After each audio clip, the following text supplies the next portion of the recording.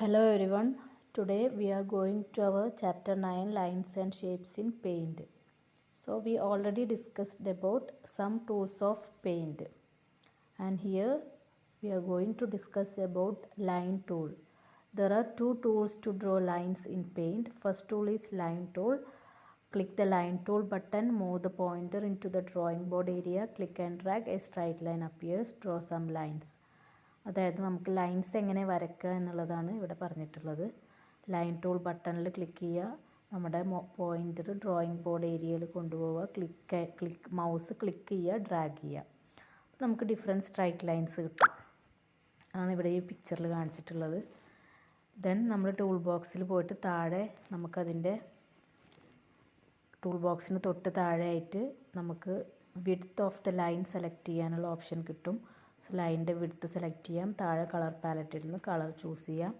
Then draw different lines.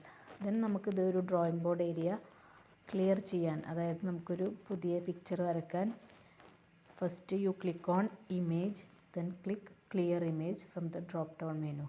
Okay. Next tool is curve tool. Curve tool, what is curve? Curve means ഒരു വളഞ്ഞ line.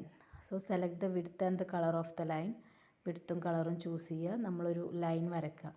Line വരച്ചിട്ട് നമുക്ക് എവിടെയാണോ bend ചെയ്യേണ്ടത് ആ ഒരു പ്ലേസിൽ മൗസ് വെച്ചിട്ട് ജസ്റ്റ് ക്ലിക്ക് ആൻഡ് ഡ്രാഗ് ചെയ്യുക. മുകളിലേക്ക് ബെൻഡ് ചെയ്യണമെങ്കിൽ മുകളിലോട്ട് ഡ്രാഗ് ചെയ്യുക, താഴോട്ട് ബെൻഡ് ചെയ്യണമെങ്കിൽ താഴേക്ക് ഡ്രാഗ് ചെയ്യാം.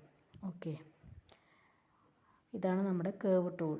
നെക്സ്റ്റ് നമുക്ക് ഈ ഒരു കേർവ് ടൂളിൽ പുതിയൊരു പിക്ചർ വരയ്ക്കാൻ first click image, then clear image.